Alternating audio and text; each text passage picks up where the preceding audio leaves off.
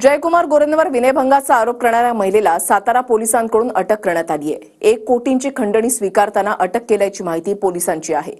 प्रकरण मिटवण्यासाठी 3 कोटींची मागणी केल्याचा महिलेवर ठपका ठेवण्यात आला आणि यानंतर जयकुमार गोरे हे आरोपांच्या फेऱ्यात आलेत। गोरेंवर विनयभंगाचा आरोप करणारी महिला अटकेत। जयकुमार गोरेंवर विनयभंगाचा आरोप करणाऱ्या महिलेला पोलिसांनी अटक केली आहे। प्रकरण मिटवण्यासाठी महिलेनं जयकुमार गोरेंकडे 3 कोटींची मागणी केली होती। त्यातील 1 कोटी रुपये घेताना त्या महिलेला सातारा पोलिसांनी अटक केली। महिलेनं जयकुमार गोरेंकडे खंडणी मागितली असा आरोप ठेवण्यात आलाय।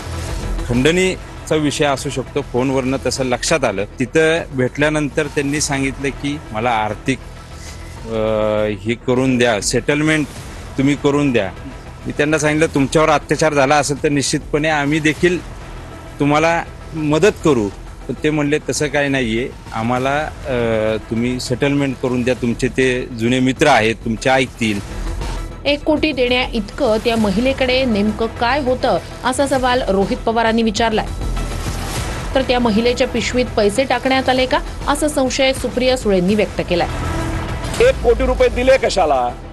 मग त्या महिलेकडे काय होतं असं की त्यासाठी तुम्हाला पैसा द्यावा लागला? ते सुद्धा 1 कोटी रुपये आले कुठून? त्या महिलेनी नक्की मागितले का सरकारचा काही खोटा नाटा खेळ आहे हे स्पष्टीकरण सरकारला द्यायला लागेल। आणि दुसरी गोष्ट, नक्की त्या महिलेकडे काय मिळालं का, त्या महिलेच्या पिशवीत ते टाकलं का काय, हा खूप गंभीर विषय आहे। आणि एवढा 1 कोटी रुपये कॅश हे आले कुठून याची ईडी CBIची चौकशी झाली पाहिजे।